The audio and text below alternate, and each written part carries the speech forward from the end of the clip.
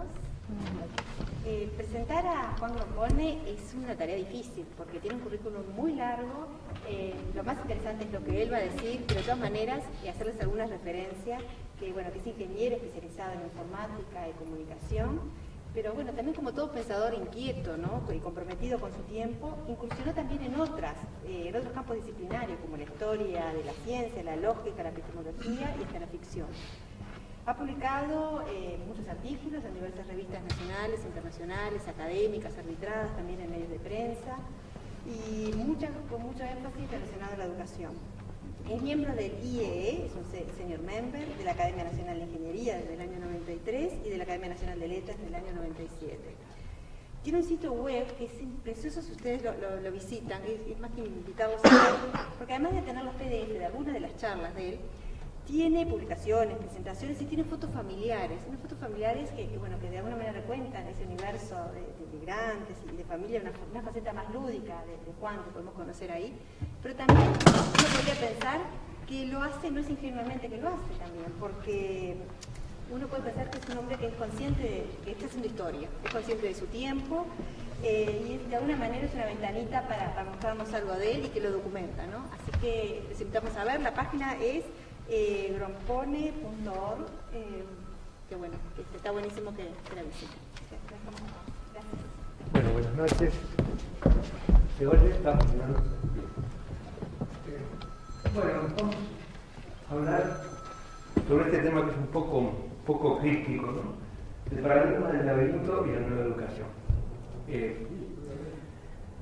Bueno, voy a tratar de aclarar primero qué quiere decir esto del laberinto, luego qué quiere decir nueva educación, porque quiero hacer referencia no al problema que tenemos ahora en el Uruguay, que evidentemente tenemos un grave problema con la educación, sino al problema de la educación del siglo XXI, ¿no?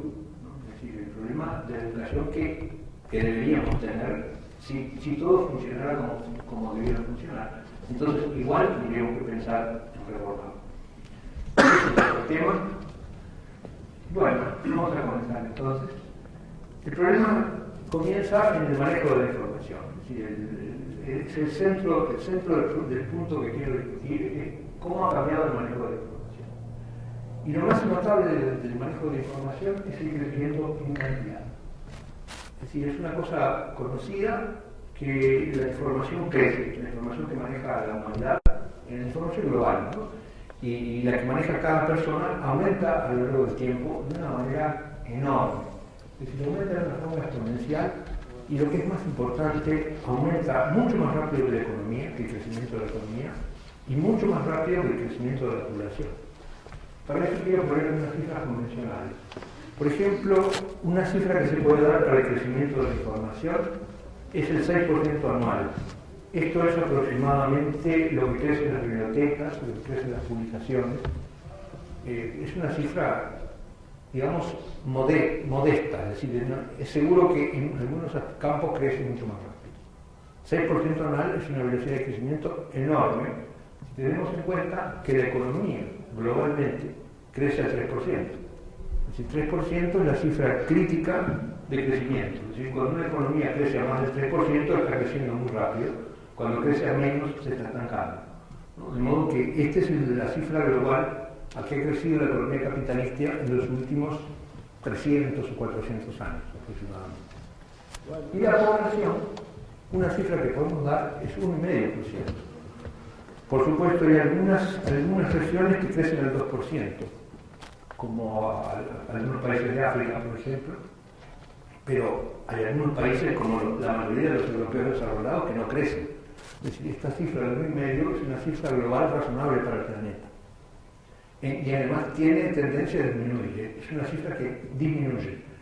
Es decir, que hace 30 años era posiblemente 1,7%, ahora estamos en 1,5% y dentro de 20 años vamos a estar en 1,3, 1,2%. Es decir, la población humana se viene frenando en su crecimiento.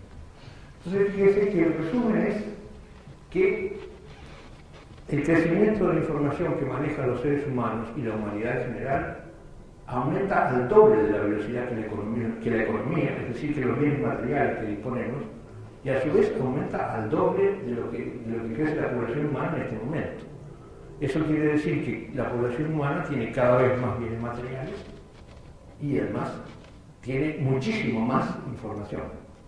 Entonces, este crecimiento en cantidad, que tiene varios siglos, vuelvo a insistir, provoca cambios en calidad permanentemente. Es decir, no se puede mantener esta cifra de crecimiento sin que cambien las cosas. Y precisamente vamos a ver cómo la tecnología de la información fue cambiando a lo largo del tiempo. Y naturalmente, esto es una visión panorámica también muy rápida, ¿no?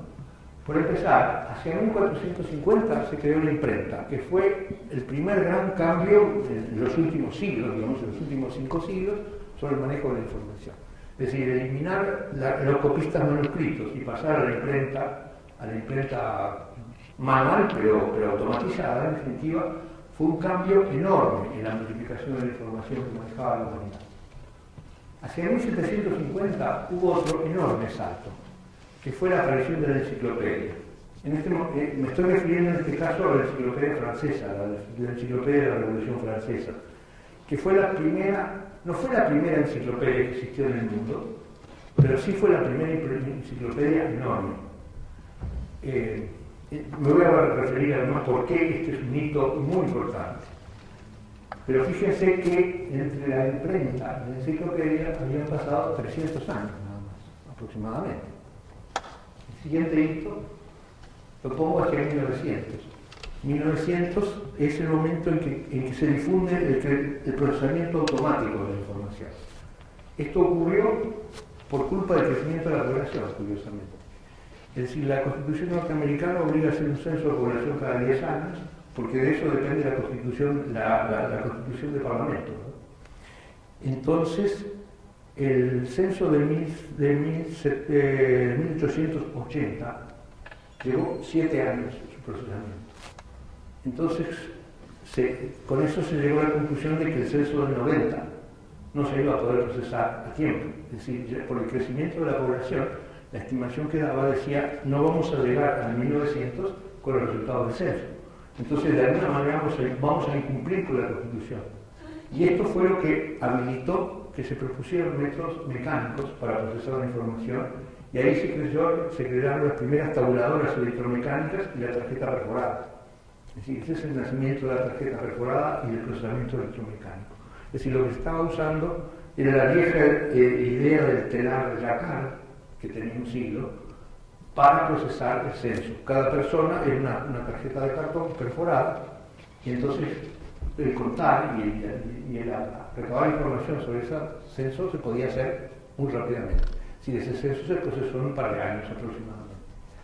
Fíjense que en este nuevo hito habían pasado 150 años respecto al anterior. El hito siguiente lo pongo en 1980, que es la fecha que podemos dar de aparición de la computadora personal. Esta es una fecha promedio entre la aparición de Apple II, que fue la primera computadora personal exitosa de gran difusión, de la cual se vendieron millones de ejemplares, y 1981, la aparición de la computadora de IBM, el PC de IBM, que fue la computadora que todavía sigue vigente y es la computadora más difundida personal. Entonces, 1980 es una fecha convencional en que aparece la computadora personal y entonces pasa a ser un instrumento de uso corriente entre los seres humanos, una computadora como manejadora de información. Fíjense que han pasado 80 años respecto al hito anterior. En otras palabras, todo cada vez más rápido, es decir, 300 años en el primer paso, 150 años en el siguiente, 80 en el siguiente. Es decir, esto evidencia claramente que el procesamiento de la información exige cada vez más rápidamente cambios tecnológicos. Y esto no tiene ninguna manera de detenerse, ¿no? Porque las cifras de crecimiento de la información lo exigen. Bien. Ahora tenemos que ir hacia otro punto de vista que nos va a permitir ayudar, que nos va a permitir encabezarnos y dirigirnos hacia el laberinto. El paradigma cartesiano. Bueno, en 1637 Descartes escribió una obra filosófica de importancia crucial, que era el discurso del método. En el discurso del método, lo que pretendía ser era un tratado de filosofía, pero en forma deductiva. Es decir, todos sabemos, pienso, luego existo y luego sigue todo lo demás. fíjense que lo que estaba haciendo era aplicando el método de la matemática a la filosofía. Y esa era una enorme innovación en su momento. Entonces, esta manera de presentar la información, que se incursionaba por primera vez fuera del ámbito de las ciencias, porque las ciencias naturalmente usaban este mismo método. El método de la matemática se usó en la geometría, se creó para la geometría, luego se usó primero en el cálculo y luego en la física, pero la novedad eran las ciencias humanas. Tuvo un gran éxito esta presentación de la información. Precisamente las ciencias son deductivas y, lo que es más importante, esta manera de presentar la información contagió la educación. Es decir, la educación se diseñó, se concibió como que tenía que seguir el método cartesiano. Es decir, tiene que seguir un orden lógico sistemático, de modo que se empieza de las cosas simples y se va hacia las cosas complicadas. Este orden todavía está en uso, ¿verdad? Todavía muchos creen que es la única manera de presentar las cosas. Bueno, toda nuestra cultura está impregnada del paradigma cartesiano, a tal punto que nos resulta difícil quebrarlo. Por eso esta charla tiene por objetivo quebrar el paradigma cartesiano. Bueno, y entonces esto nos lleva a la enciclopedia, precisamente. ¿Cuál fue la revolución impresionante que tuvo? Una de las revoluciones, siempre se dice, la enciclopedia provocó la Revolución Francesa. Bueno, sí, pero hubo una revolución más importante. Es decir, ¿qué es lo que se proponía Diderot y sus colegas hacia 1750? Lo que se proponía básicamente era recuperar o, digamos, alcanzar a Inglaterra. Es decir, Inglaterra había comenzado la revolución industrial, había inaugurado una nueva agricultura, tenía nuevos instrumentos, tenía máquinas a vapor, tenía una industria textil distinta, y Francia estaba atrasada. Entonces, básicamente este grupo de intelectuales dijeron, tenemos que hacer los planos de la nueva Francia. Es decir, queremos construir un nuevo país y tenemos que explicar detalladamente cómo es ese nuevo país. Y precisamente la enciclopedia tiene como subtítulo algo así como Diccionario Racionado de las Ciencias, las Artes y los Oficios. Es decir, nunca fue un documento político, siempre fue un documento tecnológico, científico. Si la finalidad que tenía esa enciclopedia era explicar cómo tenía que ser la agricultura nueva, la agricultura capitalista, cómo tenían que ser las máquinas, cómo funcionaba la máquina a vapor, cómo era la nueva textil, cómo se hacían cada uno de los oficios y las profesiones. Incidentalmente, eso llevaba a nuevas formas de gobierno, porque también se estaba copiando el sistema parlamentario inglés y los resultados de la Revolución Inglesa. Pero, digamos, era subsidiario. Si uno busca en la enciclopedia, en los 25 o 27 tomos de la enciclopedia, tal vez ni el 1% de los artículos tienen contenido político. Y es más aún, los que tienen contenido político son de tal manera los tenemos asimilados que ni siquiera nos damos cuenta. Por ejemplo, uno de los artículos políticos es el artículo Estado, ¿no? Entonces, donde empieza diciendo algo así como que el Estado es una institución que se dieron los hombres para... Y ahí está lo revolucionario, ¿no? Es decir, que hasta ese entonces el Estado era algo divino. El rey era monarca por derecho divino. Cuando denunciaban que el Estado es una creación humana, estaban haciendo algo terriblemente subversivo. Pero esos son muy pocos artículos que dicen esas cosas. La enciclopedia básicamente son los planos de un nuevo país. Es decir, de modo que sí inspiró la Revolución Francesa, pero más que desde el punto de vista político, que lo inspiró para hacer un nuevo país. Y precisamente de la Revolución Francesa salió una Francia capitalista que compitió abiertamente con Inglaterra. Entonces, ¿cómo hicieron esto de los planos de la nueva Francia?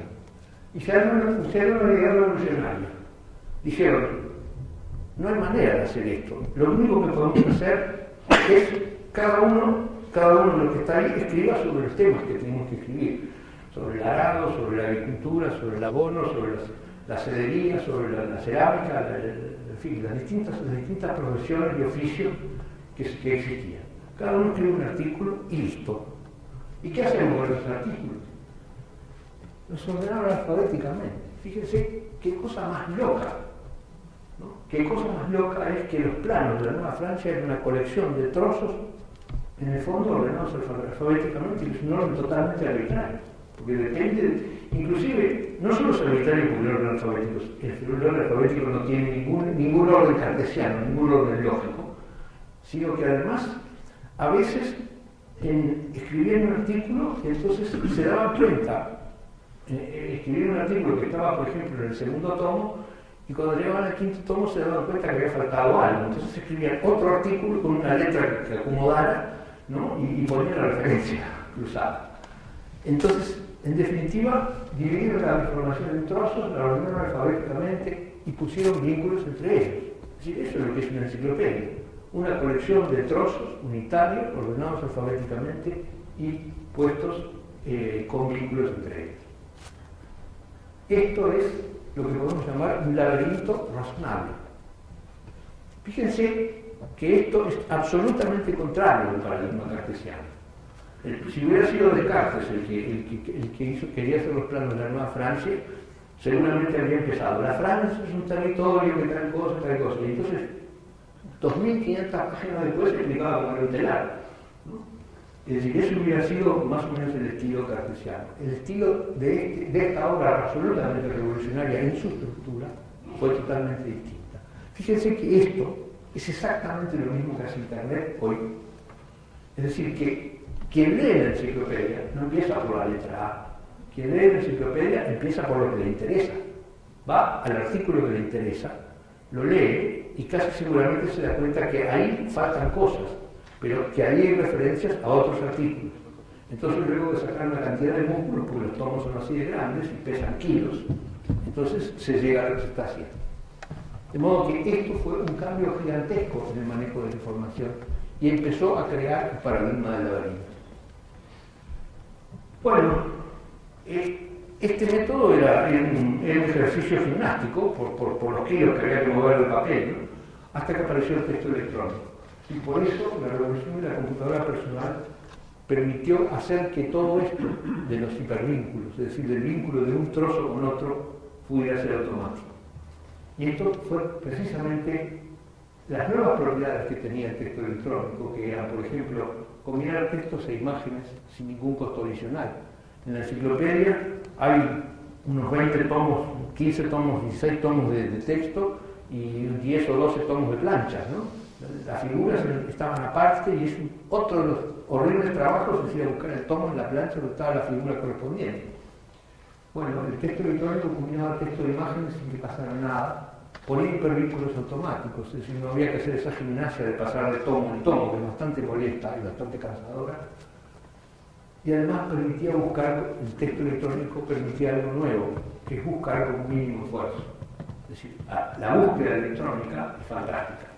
Por ejemplo, el uso más importante que tienen los textos electrónicos es buscar. Yo recuerdo que una de las primeras cosas que bajé de internet hace como 15 años fue un texto de la Ilíada y de la Odisea. ¿Y por qué bajé esos textos? Porque tenía ejemplares de la Ilíada y de la Odisea, ¿no?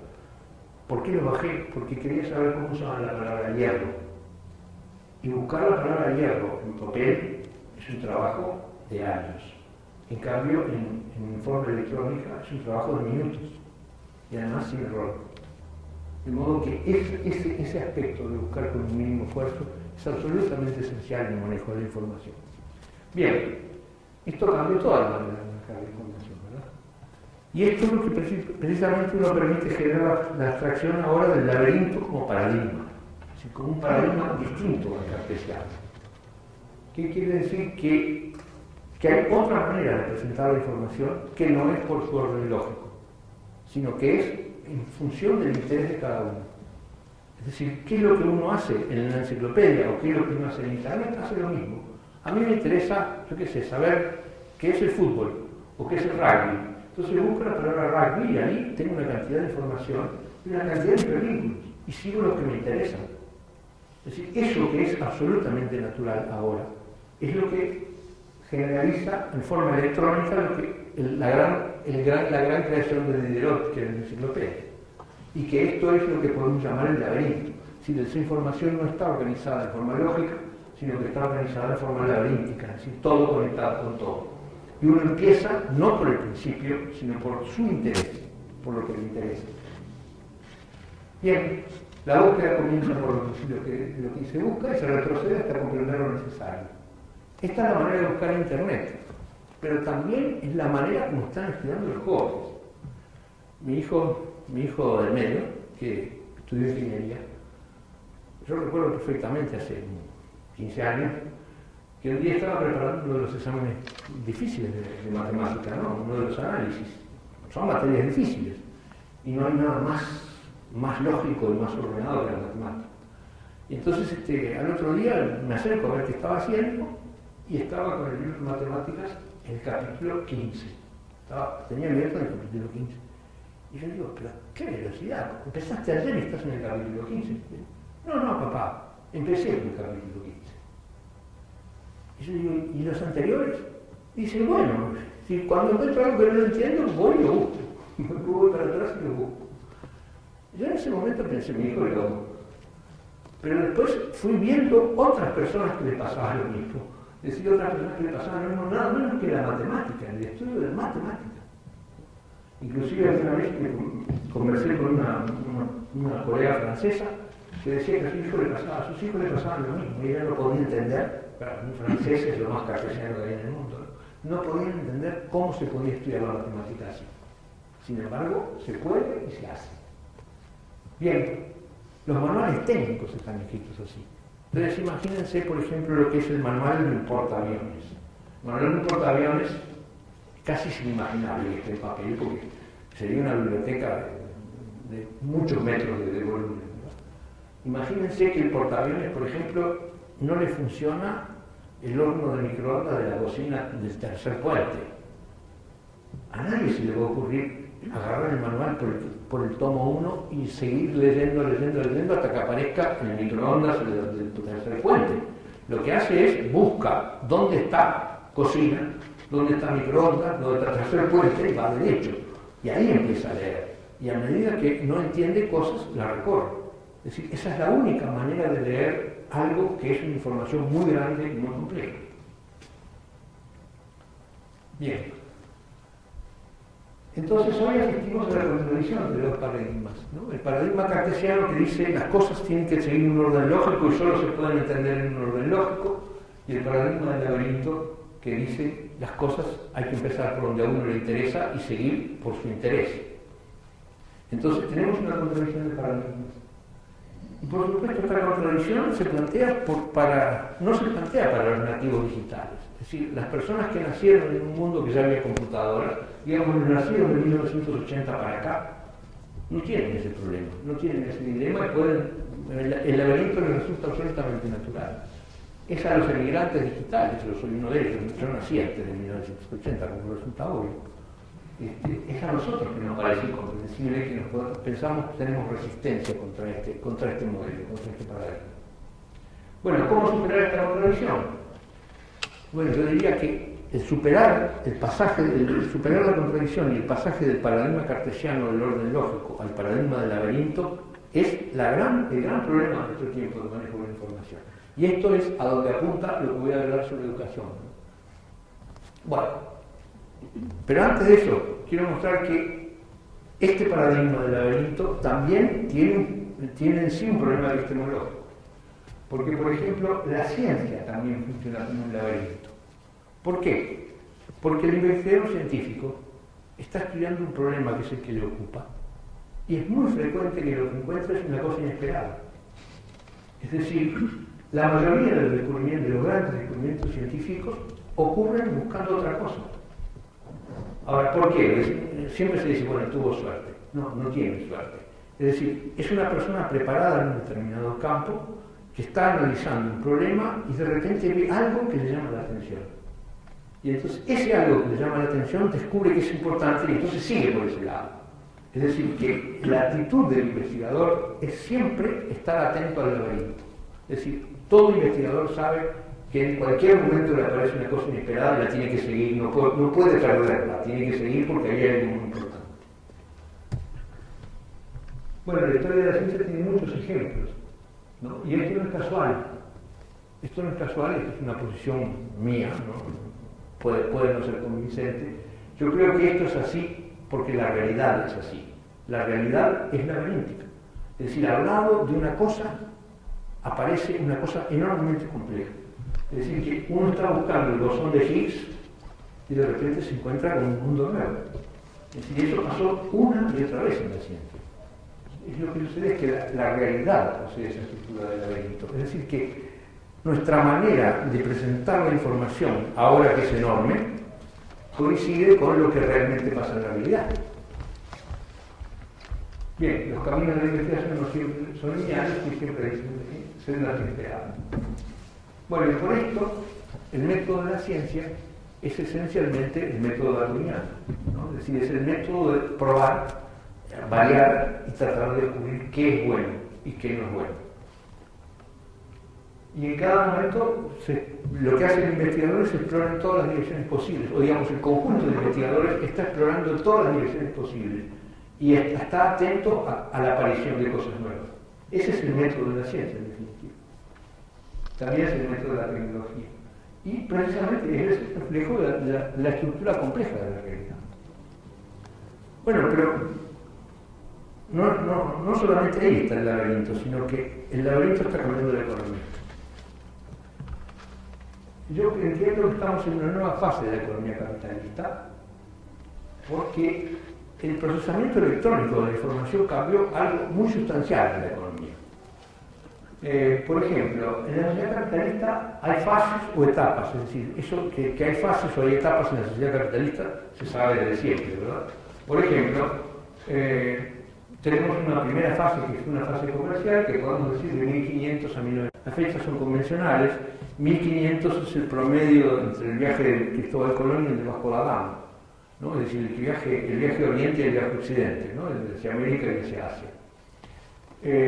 Y 1950 es el comienzo de la descolonización, es decir, que el viaje de Vasco da Gama y de Colón iniciaron las colonias y 1950 es el fin de las colonias. Es decir, todo ese periodo es el periodo donde la economía comercial, la fase comercial, hacía que el comercio fuera la actividad más importante de la sociedad capitalista. Bueno, hay una segunda fase, que es la fase industrial, todo el mundo sabe que a la sociedad comercial sigue la sociedad industrial, ¿verdad? Y podemos tomar como fechas convencionales de 1750 a 2000. 1750 es aproximadamente la fecha en que entró la máquina de vapor a la fábrica, ¿verdad? Porque la máquina de vapor empezó a reemplazar el trabajo humano, sobre todo el esfuerzo físico humano. 2000 es una fecha convencional. Yo elijo esa fecha porque es el momento de la crisis de Internet. Es decir, en el año 2000 las empresas de Internet varían cifras disparatadas y la bolsa de valores explotó y se convencieron de que eso era un disparate. ¿Eso qué quería decir? Que la bolsa de valores había dicho hay nuevas empresas que valen una cosa que no sabemos cuál es. Es decir, que acá hemos llegado a unas empresas que no son las industriales. Por eso para mí esa es una fecha que marca el comienzo de una nueva etapa. O por lo menos el fin de la fase industrial. Ahora enseguida vamos a ver un poco más. Y la fase de la sociedad de la información empezó en 1980 con la computadora personal y terminará en algún momento de este siglo, ¿verdad? Una cifra posible es el 2025. En el 2025 no se puede seguir achicando la microelectrónica porque se llega a las dimensiones atómicas de las componentes, de modo que plausiblemente la revolución electrónica para. Entonces, por lo tanto, esta etapa del manejo de la información, ¿no? Bueno, fíjense que las fases se solapan, ¿no? Es decir, hay un solapamiento. Es decir, que el fin de la sociedad industrial no coincide, el fin de la sociedad comercial no coincide con el comienzo de la industrial. La industrial empieza antes. Ese es el momento en que, digamos, hay un momento de transición en que va siendo cada vez menos importante el comercio y cada vez más importante la manufactura. Lo que estamos viendo ahora es el momento de esa transición en que está siendo cada vez menos importante la manufactura y cada vez más importante las empresas de manejo de la información. Pero esto también es terminal, ¿eh? Nadie dice que esta sea la última todavía. Bueno, algunos indicadores. Bueno, las computadoras y las comunicaciones automatizan, y automatizar es una manera linda de decirlo. Crear desempleo es una manera fea, porque, digamos, automatizar quiere decir emplear menos trabajo humano. Emplear menos trabajo humano es desempleo. Esto es exactamente lo mismo que pasó con la máquina de vapor.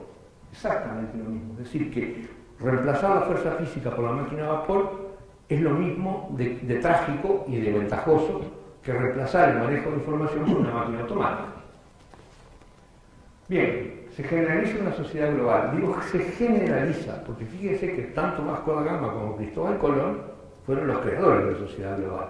Así, ahí empezó la sociedad global. Es decir, ahí el planeta se convirtió en uno solo y el mundo en uno solo. Lo que pasa es que esto da un nuevo empujón en la sociedad global. Es decir, ahora las comunicaciones permiten que yo me comunique, como me comuniqué ayer de tarde, 2 horas con mi hijo, viéndome en video, ¿no? Y conversando con él, que está en París. Bien, este es un punto muy importante. La producción manufacturera es cada vez menos importante. Fíjense qué es lo que está pasando. La industria estrella norteamericana, que era la industria automotriz, está en crisis. Se están fundiendo General Motors y Ford. Las dos empresas emblemáticas de la industria automotriz se están fundiendo. Y lo que es más importante, la manufactura está pasando a toda velocidad a China. Casi todo lo que se vende, inclusive los productos norteamericanos, son hechos en China. Las computadoras norteamericanas, por más norteamericanas que sean, dicen Made in China, en algún lugarcito, ¿no? Es decir, la manufactura está dejando de ser el sector importante de la economía. Fíjense que hay otro síntoma muy claro, que es que los países industriales se quejan de la globalización. Los norteamericanos se quejan diciendo estamos perdiendo puestos de trabajo, se van a China. Si se están fabricando las cosas en China, entonces estamos perdiendo millones y millones de puestos de trabajo. Esto es culpa de la globalización. Y lo más importante es que los países en desarrollo también se quejan. ¿Acaso no nos quejamos nosotros diciendo, bueno, los zapatos vienen de China, no hay más fabricar zapatos, los textiles vienen de China, no hay más industria de textil? Es decir, unos y otros nos estamos quejando de que están desapareciendo las fábricas y le echamos la culpa a la globalización, cuando en realidad están desapareciendo las fábricas. Eso es lo que está sucediendo. Es decir, unos y otros, si las dos mitades del mundo están enojadas porque desaparecen las fábricas, es porque las fábricas están desapareciendo. Por eso esta es una nueva fase de la sociedad. Pero hay cosas nuevas. Es decir, primero, ¿qué es una computadora? Una computadora es lo que se llama un autómato universal. Es decir, es una máquina automática que Alan Turing demostró hace casi un siglo ya, que podía emular cualquier otra máquina bajo ciertas condiciones muy generales. Entonces, es una máquina automática universal. Es un resultado teórico de 1930 de Alan Turing. Alan Turing es posiblemente el científico más importante del siglo XX, el que más cambió la faz de la Tierra, ¿no? En definitiva, la computadora puede reemplazar a cualquier máquina que hayamos imaginado o que podamos imaginar en el futuro. Es decir, por eso las computadoras invaden todos los campos de la actividad.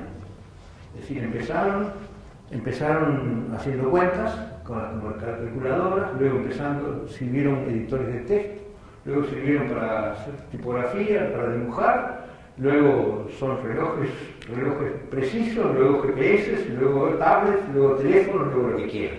Si todo aquello, casi todo, se puede hacer con una computadora, siempre que sea manejo de información. Si es un autómato universal capaz de manejar cualquier tipo de información de cualquier manera.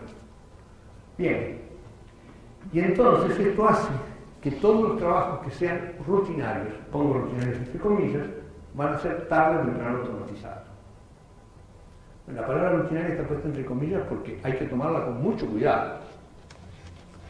Bien, ¿qué es un trabajo rutinario?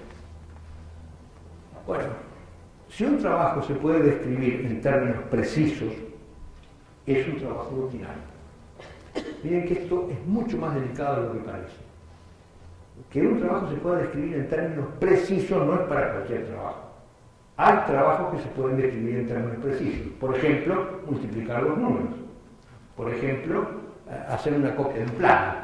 En fin, hay muchos trabajos que son precisos. Por ejemplo, dar una conferencia que ya otro creó. Es decir, yo reproducir una conferencia. Entonces es un trabajo rutinario y se puede reemplazar por una máquina. Bien, veamos algunos casos, por ejemplo.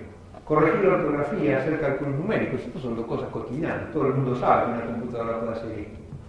Recitar la información de un libro de un curso, bueno, precisamente, los libros digitales pueden ser leídos automáticamente, uno puede oírlos discutir. Hay un campo. Fíjense que un traductor digital, más una computadora, más un GPS, más alguien que le diga dónde están las curvas de nivel y cómo tienen que hacerse los surcos, hace que esa combinación haga un campo de día, de noche, con lluvia, con sol, con lo que sea, y esquiva los árboles, los alambrados, las piedras, todo. Hará un campo es un trabajo rutinario y tarde o temprano va a ser absolutamente automatizado, y ya lo está haciendo en nuestro país. Mantener en operación una fábrica. ¿Qué es mantener en operación una fábrica? Es controlar que una cantidad de medidores indica el rango voluntad.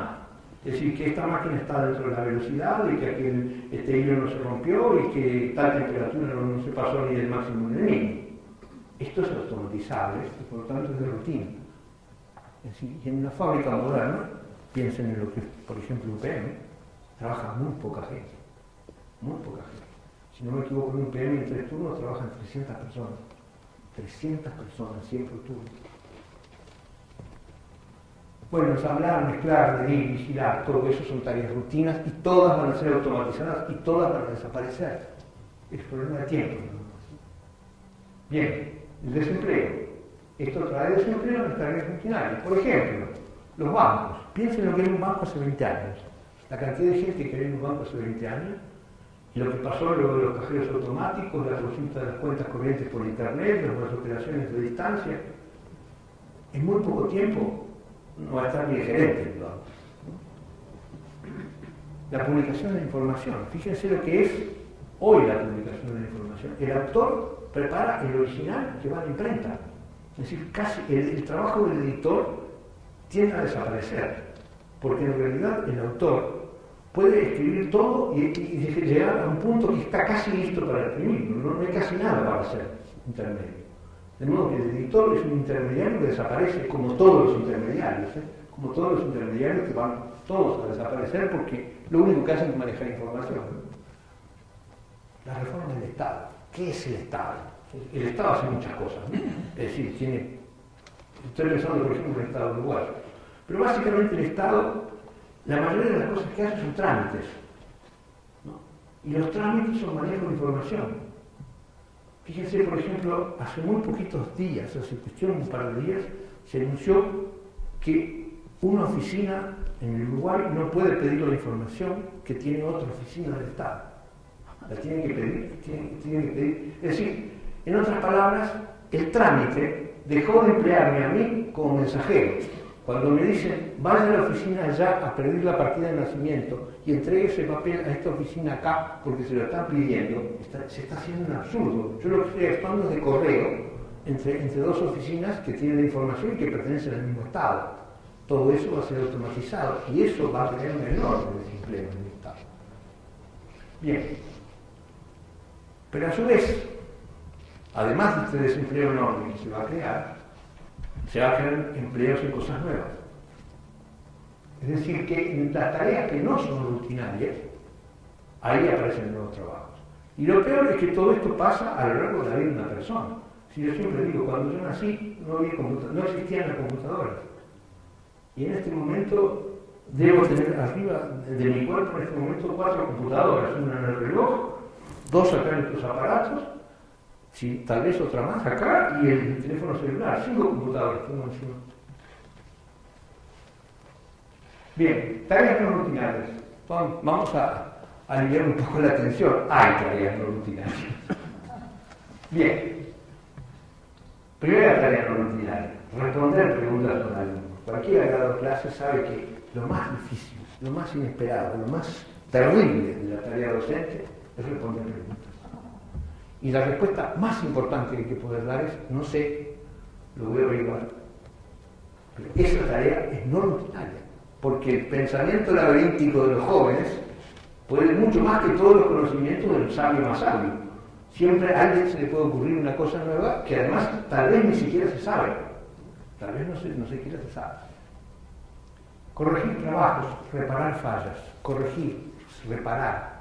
Una cosa es mantener una fábrica en funcionamiento, otra cosa distinta es repararlo cuando se rompe. Esa no es rutinaria. Era lo que yo le decía, al portaaviones que se le rompió el horno de microondas al puente 3, eso no es rutinario, eso es un trabajo bárbaro. Crear actividades educativas. Todo aquello que tenga el verbo crear es por definición no rutinario.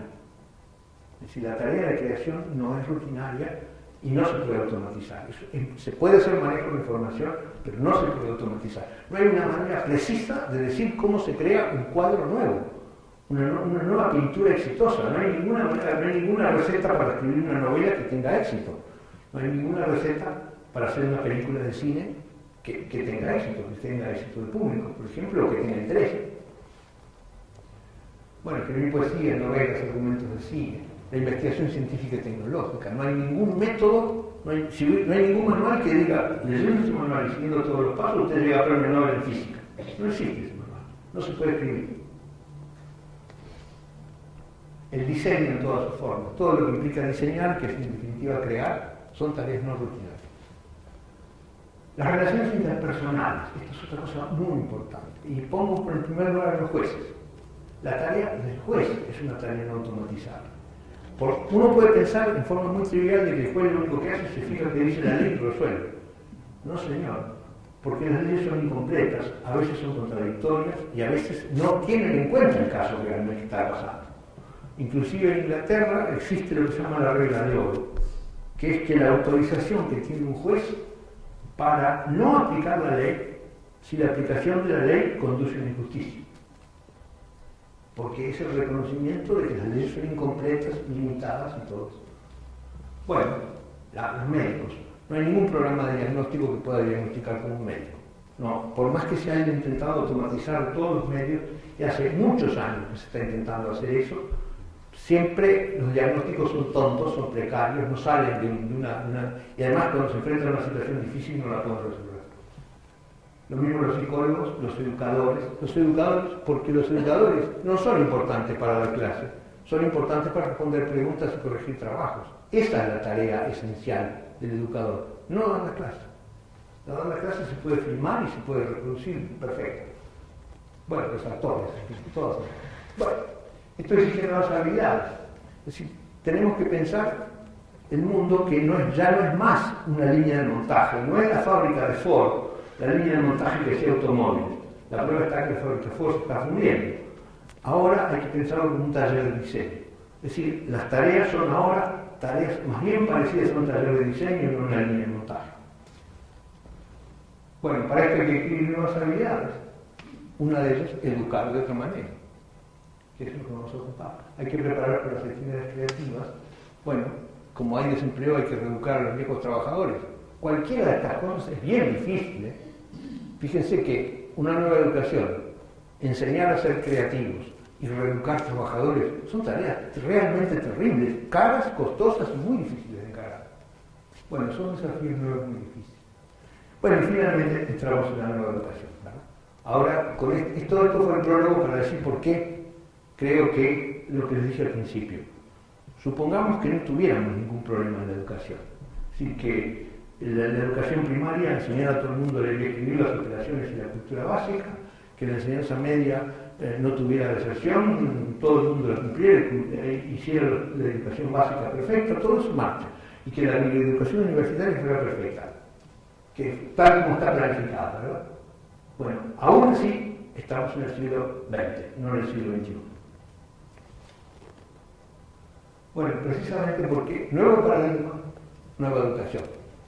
Entonces yo quiero decirles la educación que queremos hacer funcionar en el Uruguay es una educación del viejo paradigma, es cartesiana, totalmente cartesiana, pero eso no alcanza, aún haciéndola funcionar no alcanza, necesitamos el nuevo paradigma. La educación tradicional, ¿qué es la educación tradicional sin una fábrica? Imagínense, por ejemplo, los escolares uruguayos. ¿Qué es lo que les sucede? Todos entran a la misma edad, es decir, cuando se cumplen los 6 años tienen que entrar a primer año de la escuela. Y se supone que van a salir a los 12, excepto algún problema de pérdida de años, ¿verdad? Todos van vestidos iguales, con la túnica blanca y la moña azul. No es que no tenga nada en contra, yo fui a la escuela pública toda mi vida, mis hijos fueron a la escuela pública toda la vida. pero van todos vestidos igualitos. Entran a la misma hora, salen a la misma hora. Todos estudian lo mismo, al mismo tiempo, los mismos temas en todo el país. Es decir, esto es una línea de montaje. Si cuando se concibió esta educación que nosotros tenemos hoy, se concibió en el siglo XIX. En el siglo XIX el único modelo viable de producir algo era la fábrica.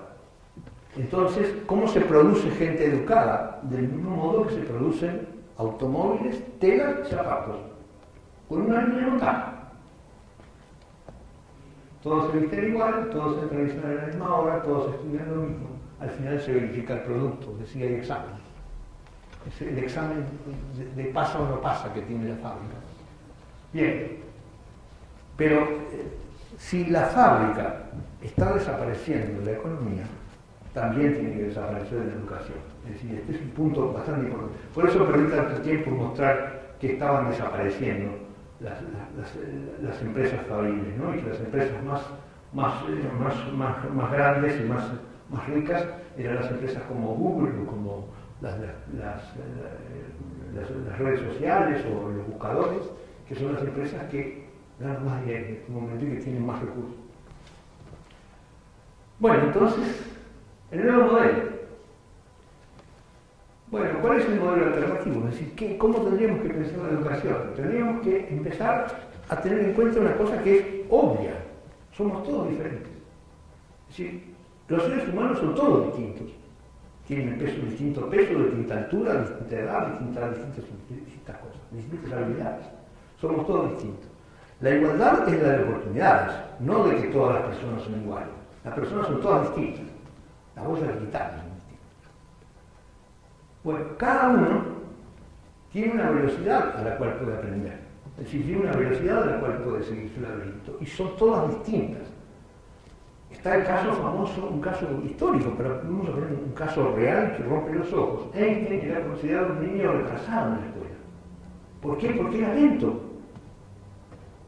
Einstein era un niño lento, lo cual no le impidió ser uno de los físicos más grandes de la historia. Pero un niño lento lo consideraban torpe.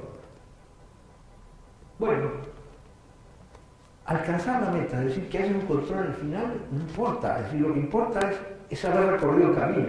Si lo que importa es el camino, no el final. Es decir, hay que cambiar el paradigma cartesiano, porque lo que estamos siguiendo es que la educación está modelada al paradigma cartesiano y vivimos en un mundo laberíntico. Bueno, y además la otra cosa que tenemos que hacer es que tenemos que confiar en la evidencia experimental. Es decir, las cosas tienen que salir de la experiencia, no pueden salir de la filosofía, no pueden salir de la persona que dice la educación tiene que ser esto. No, la educación tiene que ser algo que hay que experimentarlo y hay que ver si funciona.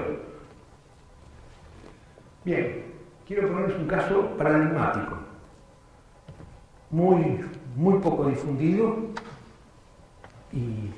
pero asombroso. Fue un estudio que se hizo en el Porto La Valle, en California, hace unos 30 años. ¿Sí? Ahí lo que hicieron es los estudiantes de séptimo grado. Es decir, séptimo grado, bueno, en definitiva la educación básica son del orden de 12 grados, ¿verdad? Es decir, los 6 de la escuela y los 6 del liceo en nuestra educación, pero en casi todos lados es así, ¿verdad? Es decir, hay 6 de primaria, 6 de secundaria y 6 de universitaria, para decirlo, son 18 años de educación que estamos considerando en este momento y bueno. Entonces ellos empezaron a estudiar, tomaron un grupo de personas, estamos hablando de un lugar de buen nivel económico en California. California es la quinta economía del mundo, el estado de California es la quinta economía del mundo, es decir, no estamos hablando de un lugar pobre, ¿no? Entonces tomaron los estudiantes de séptimo grado, que vendrían a ser, por ejemplo, la gente de primero del liceo, ¿no? con esta terminología. Bueno, y entonces descubrieron que su nivel de conocimiento, su nivel de capacidades, los midieron con pruebas, ¿sí? ¿Qué sabía la gente? Bueno, los resultados es que estaban distribuidos según una curva normal. Es decir, lo que hacían era decir, bueno, según el nivel de conocimientos, esta persona, este niño, este joven, está en séptimo año. Pero sabe mucho más que el de séptimo año. Entonces, por ejemplo, sabe como uno de noveno. Y este otro sabe mucho menos, está como en cuarto. ¿No? Simplemente midiendo lo que sabían y lo que sabían hacer en California. Bien.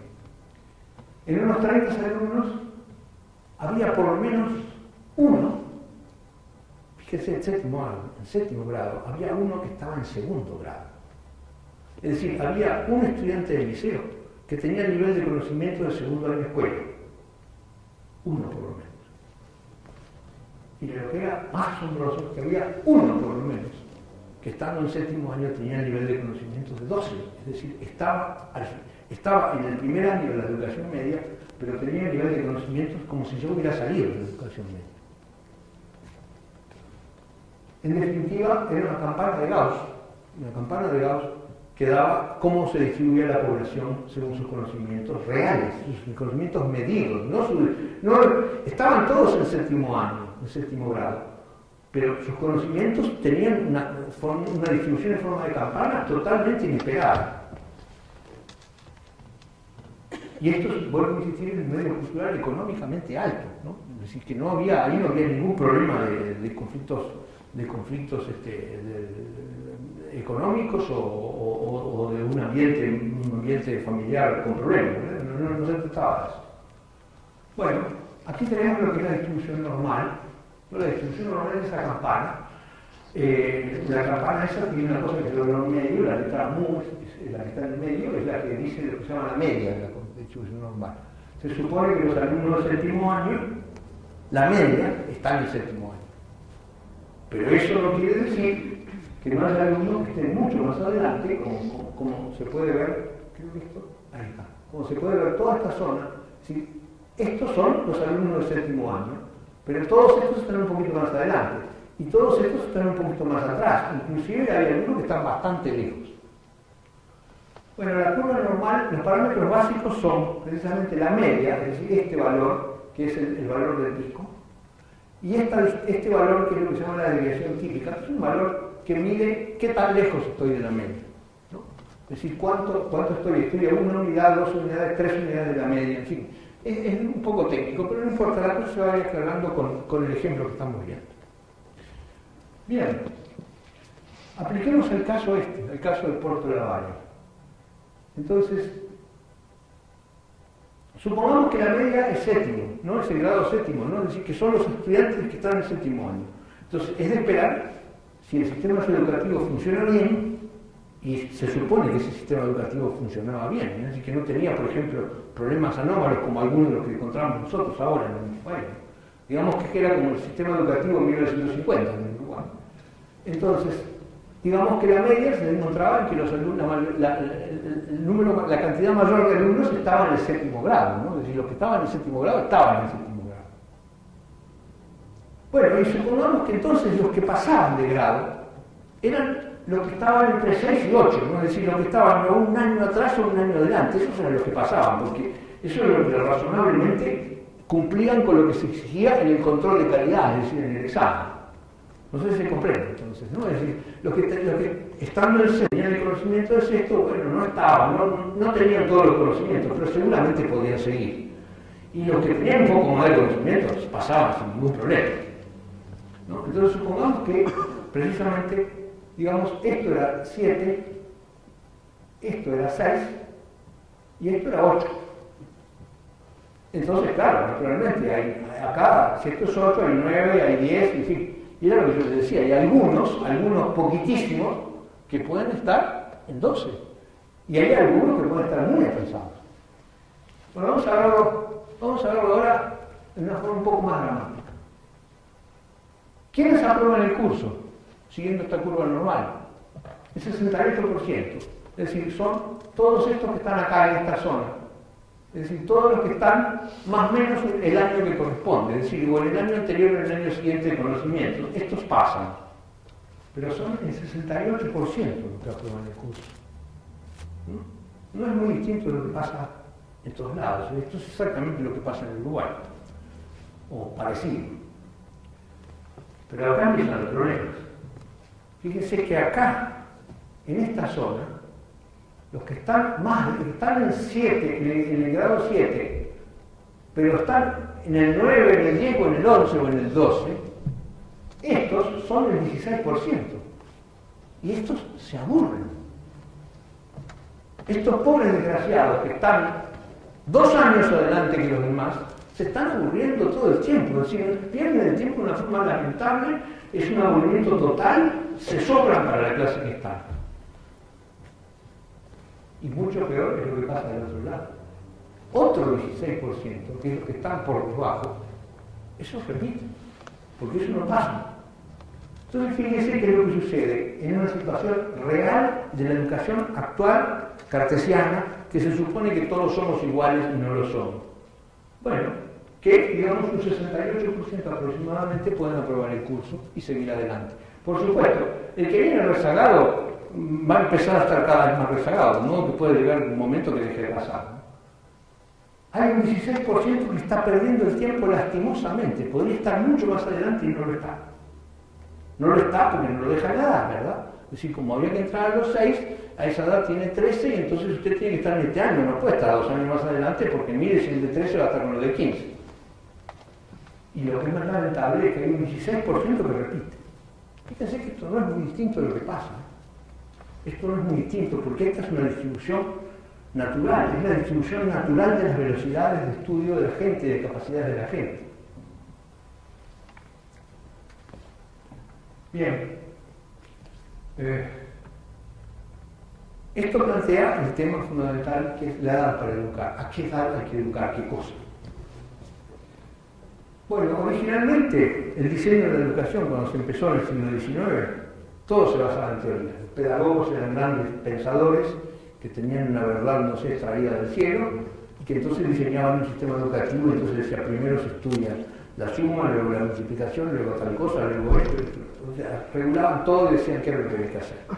Es decir, salía de una teoría todo eso. Esto fue así hasta que un hombre, un gran revolucionario del siglo XX, Jean Piaget, dijo que esto no puede ser.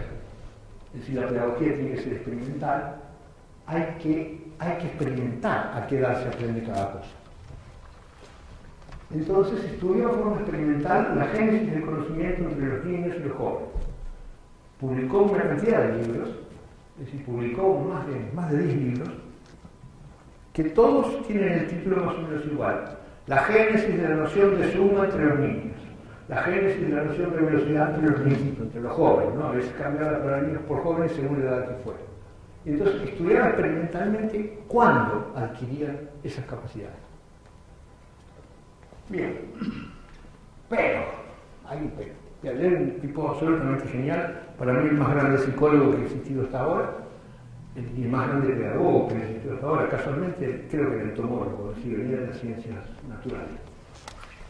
Pero, bueno, Piaget formulaba preguntas, ¿a qué edad se comprende, por ejemplo, la cantidad, el número, la suma, la velocidad, el tiempo, etc.? Todas esas cosas están en el libro de Piaget, están respondidas. Excepto una, ¿no? Es decir, hay una que nunca estudió Piaget porque se murió antes de la computadora personal, que es, por ejemplo, ¿a qué edad se aprende a programar? ¿No? ¿A qué edad? Esa es una pregunta que Piaget no pudo responder porque no la estudió. No, murió mucho antes de su tiempo. Bien, todo parecía bien, pero hay un pero. Hay un pero. Por ejemplo, uno puede hacer la pregunta, ¿a qué edad se diferencia la masa del peso? ¿No? El concepto de masa del concepto de peso. Y bueno, Piaget no estudió el problema y tiene dar una respuesta. Hay un pero, sin embargo. ¿Se dan cuenta cuál es? ¿Antes o después de Newton? Antes de Newton no había ningún ser humano en todo el planeta que pudiera diferenciar claramente la masa del peso. En la época que Newton publica su obra sobre la física de los principios de la mecánica, posiblemente él y algunos de sus colegas, había 2 personas en el mundo que podían diferenciar la masa del peso. Un siglo después, había cientos o miles de estudiantes universitarios que podían diferenciar. Y bueno, Piaget dice que eso pasa a los 7 años entre los niños de Suiza de 1960. Ese es el pero. Es decir, en primer lugar, las medidas que hacía Piaget, o que se hacen, dan los valores medios, pero no la campana.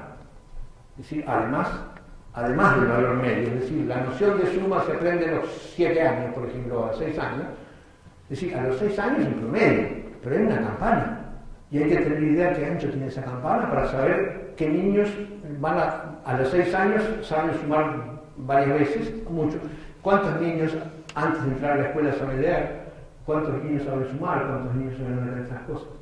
Pero además, eso no solo depende de cada individuo, sino que depende de cada momento de la sociedad. Es decir, antes de Newton no se distinguía masa de peso. Después de las computadoras, los niños saben posiblemente leer mucho antes de entrar a la escuela, los que tienen computadoras, y saben hacer más operaciones, unas cuantas operaciones, antes de entrar a la escuela. Entonces, hay que tener esos dos resultados. En primer lugar, que esos valores experimentales son promedios y las personas están distribuidas en una distribución normal. Y en segundo lugar, eso va cambiando muy rápidamente con la tecnología, con el ambiente que nos rodea. Bueno, entonces, ¿cómo conciliar todo? Tenemos que conciliar las diferentes velocidades y actitudes, porque además hay otra cosa muy importante.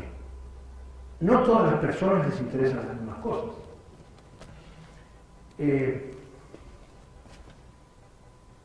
Por ejemplo, también tenemos que considerar los diferentes intereses de cada uno. Yo pongo el siguiente ejemplo. Imagínense que en una escuela buena de Montevideo, para no colocar en una situación rara, pongámosle la escuela Francia, para poner una escuela buena, una escuela buena de Positos, o la escuela Grecia, ¿no? Una escuela buena de Positos. A esa escuela entra un niño que se llama Wolfgang Mozart, con 6 años.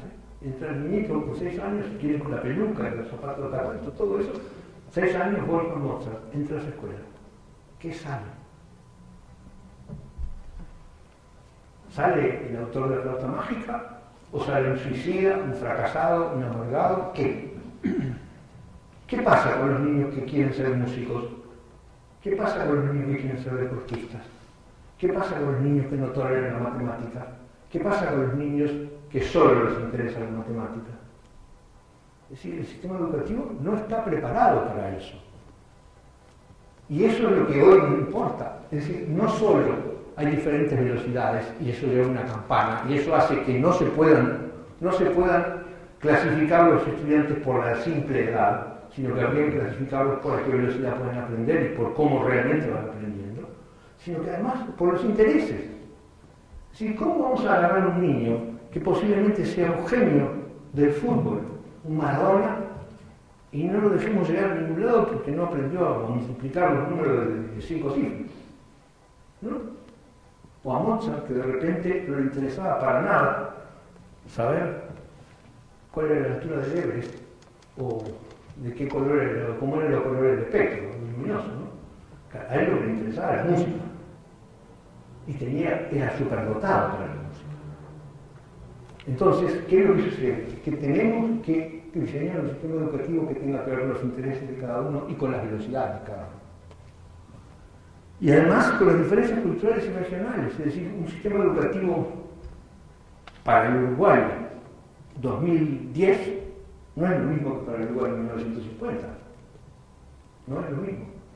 Porque en 1950 no había televisión, no había computadoras, no había una cantidad de cosas que hoy hay, no había teléfonos celulares.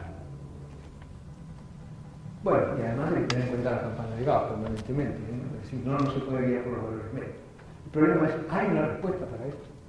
¿Hay una respuesta para hacer un sistema, para una nueva educación para el siglo XXI que contemple la distinta velocidad, la campana de Gauss, los distintos intereses de cada persona y que cada persona siga sus mejores intereses de la mejor manera posible? Es decir, que no se desperdicien talentos, por ejemplo. La respuesta es sí, ¿eh? La escuela rural es esto. La escuela rural es el más perfecto sistema educativo que tenemos. Fíjense que en la escuela rural hay un maestro y 5 o 6 alumnos, y que están cada uno en el año que le corresponde. Es decir, pasan de grado cuando la maestra lo decide, y además se apoyan unos a otros, y además cada cual va a su velocidad. Y eso funciona. Es decir, en todos los lugares del mundo la escuela rural es el mejor ambiente educativo que se conoce. precisamente por eso, porque son muy pocos alumnos, están todos juntos y tienen el mismo educador para todos. Es el taller, ¿no? Es el taller de aprendizaje, lo que yo decía al principio. Y en tiempos del laberinto también hay otras soluciones posibles, también hay otras respuestas posibles, no solo la escuela rural. Bueno, la propuesta número 1. Esta propuesta, que en Uruguay es pionero, ¿no? Consiste en entregar una computadora a cada alumno y a cada maestro. ¿Por qué? Porque hoy es un elemento esencial de la educación. Es decir, la educación elemental no consiste solamente en la lengua y las 4 operaciones. Consiste en la lengua, las 4 operaciones y el manejo digital. Una persona que no tenga manejo digital no puede subir un ascensor, no puede tener un reloj digital, no puede manejar ningún electrodoméstico, no puede manejar el correo electrónico, no puede hacer nada, está totalmente incomunicada e incapacitada para trabajar. Sí, porque dentro de muy poco no va a haber ningún trabajo que no esté sobre una computadora, excepto trabajos de muy baja remuneración y de muy pocas condiciones, ¿verdad? Bien, esta propuesta, una de las cosas que pretende hacer es eliminar la línea de montaje, ¿verdad? Es decir, pretende de que el hecho de que los alumnos tengan una computadora hace que puedan seguir sus intereses. Tal vez en la educación formal no lo dejen, pero en la casa pueden. Es decir, en la casa pueden seguir sus intereses, entonces pueden dedicarse todo el tiempo a lo que realmente les interesa y sobrevivir el resto de la educación formal cartesiana, ¿verdad? Bien, recién se está experimentando en el mundo y somos un pionero mundial, ¿no? Es decir, el plan Ceibal es esto. Bueno, y la experiencia dirá qué pasa con esta propuesta, ¿eh? Es decir, lo que dicen, el plan Ceibal no sirve para nada, o lo que dicen, el plan Ceibal es lo más grande que se ha inventado, ambos hay que decir, veremos. Veremos, nadie puede saber esto, hay que mirar, hay que ver los resultados. Bien, ¿cómo enseñar a recorrer el laberinto? Este es uno de los problemas de los que no son nativos digitales, ¿verdad? Que ellos tienen que aprender a recorrer el laberinto, a manejar esta forma laberíntica. Hay una manera muy simple, los juegos electrónicos enseñan a recorrer el laberinto. Es decir, la razón por la cual los niños pueden manejar las computadoras a toda velocidad, cosa que sus padres no pueden, es porque juegan. Porque los juegos son siempre, la actividad de jugar fue una actividad educativa, es decir, eso está conocido. Se aprende jugando, ¿verdad? Es decir, se aprende a cazar porque si uno tiene un arco y flecha de juguete, va practicando hasta que un día sale a cazar, ¿no? Entonces, los juegos electrónicos son el mecanismo para adquirir todas las nuevas habilidades del mundo del laberinto, del mundo manejo de la información. Lástima. Bueno, esto, precisamente son la especie más abundante y se ocupan de identificar pistas ocultas, separar lo bueno de lo malo, recorrer el laberinto, conocer, manejar los iconos y las imágenes que conducen a cosas, ¿no? Bien. Y es una poderosa herramienta educativa. Tiene un solo problema, que encuentran una gran oposición. Hay una cantidad de gente que cree que los niños cuando juegan pierden el tiempo, cuando en realidad siempre jugar fue la principal actividad educativa. Bueno, entonces en definitiva creo haber planteado una cantidad de cosas sobre la nueva educación, sobre la educación del siglo XXI, y creo que tenemos que asumir que estamos frente a una nueva realidad y empezar a pensar cómo hacer para incorporarnos a esta nueva realidad.